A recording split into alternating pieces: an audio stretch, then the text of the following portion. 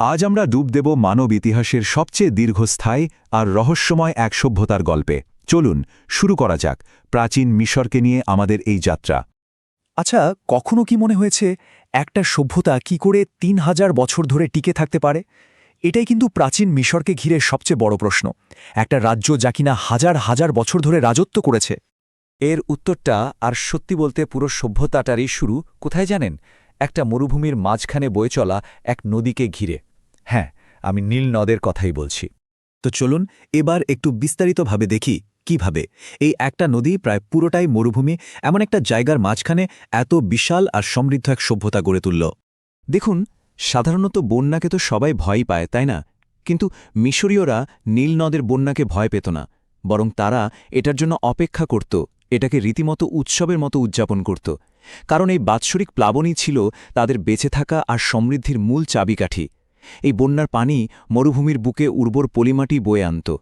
ব্যাপারটা এতটাই গুরুত্বপূর্ণ ছিল যে মিশরীয়দের পুরো ক্যালেন্ডারটাই তৈরি হয়েছিল নীল নদের এই ৩টি ঋতুকে ঘিরে, মানে আখেত বা প্লাবনের সময়, পেরেত বা বীজ বোনার সময়, আর শেমু বা ফসল কাটার সময়।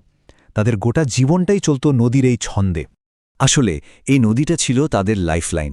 শুধু যে সেচের জন্য জল বা গম বার্লির মতো ফসল ফলানোর জন্য উর্বর মাটি দিত তা কিন্তু নয়। ঘরবাড়ি বানানোর জন্য কাদা, লেখার জন্য প্যাপিরাস, এমনকি পুরো রাজ্যকে জুড়ে রাখার জন্য একটা হাইওয়ের মতো কাজ করত এই নীলনদ। তো যখন জীবনটা নদীর এই চক্রের উপর এতটাই নির্ভরশীল হয়ে পড়ে, তখন স্বাভাবিকভাবে সেটাকে ব্যাখ্যা করার জন্য, সেটার উপর নিয়ন্ত্রণ রাখার জন্য একটা বিশ্বাস ব্যবস্থা গড়ে ওঠে। মিশরীয়রাও ঠিক সেটাই করেছিল। ভাবা যায় প্রায় ২,০০০ দেবদেবীকে নিয়ে তাদের এক বিশাল জগৎ ছিল। আর তাদের সবচেয়ে গুরুত্বপূর্ণ যে গল্পটা, সেটাই কিন্তু তাদের রাজবংশের ক্ষমতার মূল ভিত্তি তৈরি করে দিয়েছিল। যখনই নীলনদের বন্যা কম হতো, তারা ভাবত দেবতারা অসন্তুষ্ট হয়েছেন। সেই গল্পের শুরুটা হয় ভালো রাজা ওসিরিস আর তার ভীষণ ঈর্ষাপরায়ণ ভাই সেতকে দিয়ে। সেত একটা মারাত্মক ফন্দি আঁটে। সে ওসিরিসকে ছলনা করে একটা সুন্দর কফিনের ভেতরে ঢোকায়, তারপর সেটা বন্ধ করে সোজা নীল নদে ফেলে দেয়।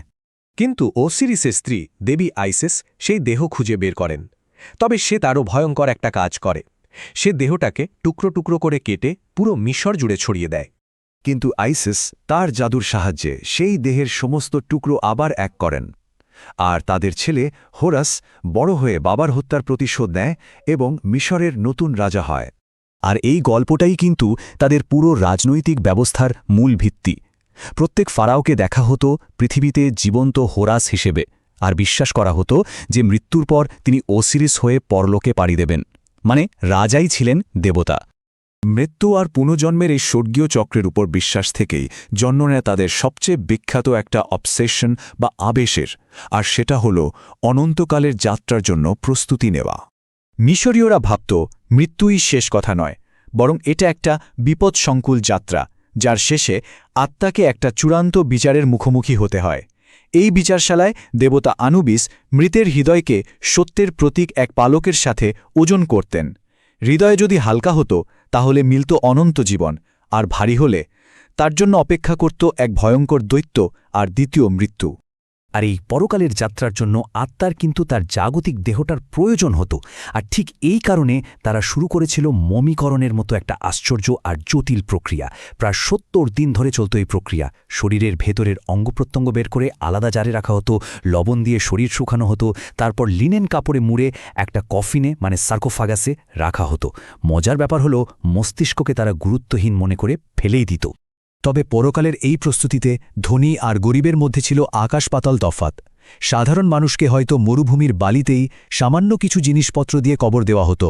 অন্যদিকে ফারাওদের জন্য তৈরি হতো বিশাল বিশাল সব সমাধি, যেগুলো ভরা থাকত অমূল্য ধন সম্পদ, আসবাবপত্র, এমনকি চাকর বাকরদের মূর্তি দিয়ে। আর এই পিরামিডগুলোই তো তার সবচেয়ে বড় উদাহরণ। কিন্তু প্রশ্ন হল, এই যে বিশাল বিশাল সব পিরামিড আর সমাধি, এগুলো কারা বানাত? চলুন এবার সেই সমাজের দিকে নজর দেওয়া যাক যারা এই অসাধ্য সাধন করেছিল। মিশরীয় সমাজটা ছিল আসলে একটা পিরামিডের মতোই, যার একেবারে চূড়ায় ছিলেন স্বয়ং ফারাও, যাকে দেবতা রাজা বলে মনে করা হতো।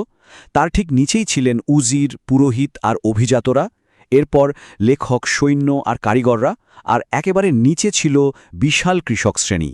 এই কৃষকরাই কিন্তু বন্যার সময় যখন জমিতে কাজ থাকত না তখন পিরামিড তৈরির মতো বড় বড় নির্মাণ প্রকল্পে কাজ করত। প্রায় ৩,০০০ বছর ধরে টিকে থাকার পর মিশর অবশেষে রোমানদের হাতে পরাজিত হয়। কিন্তু তাদের গল্পটা এখানে শেষ হয়ে যায়নি, বরং বলা যায় গল্পটা শুধু কিছু রহস্যময় প্রতীকের আড়ালে তালাবন্ধ হয়ে গিয়েছিল। তাদের লেখার ধরনটা ছিল ছবির মতো, যেটাকে আমরা হায়ারোগ্লিফিক্স বলি। প্রায় ১,০০০-এরও বেশি চিহ্ন ব্যবহার হতো এতে। ভাবুন তো, প্রায় ২,০০০ বছর ধরে এই ভাষাটা সবার কাছে একটা বিরাট রহস্য হয়েছিল, কেউ এর পাঠোদ্ধার করতে পারছিল না। অবশেষে সেই রহস্যের চাবিকাঠি খুঁজে পাওয়া গেল। সালটা ছিল 1799, পাওয়া গিয়েছিল একটাই ভাঙা পাথরের ফলক। আর এটাই ছিল সেই বিখ্যাত রোসেট্টা স্টোন। এই পাথরটার বিশেষত্ব হল এতে একই লেখা ৩টে আলাদা লিপিতে খোদাই করা ছিল, হায়ারোগ্লিফিক্স, আর একটা মিশরীয় লিপি, আর প্রাচীন গ্রিক ভাষায়। যেহেতু পণ্ডিতরা গ্রিক ভাষাটা পড়তে পারতেন, তাই সেটার সাথে মিলিয়ে তারা হায়ারোগ্লিফিক্সের রহস্য সমাধান করে ফেলেন। আর এভাবেই খুলে যায় এই অবিশ্বাস্য সভ্যতার ইতিহাস জানার দরজা।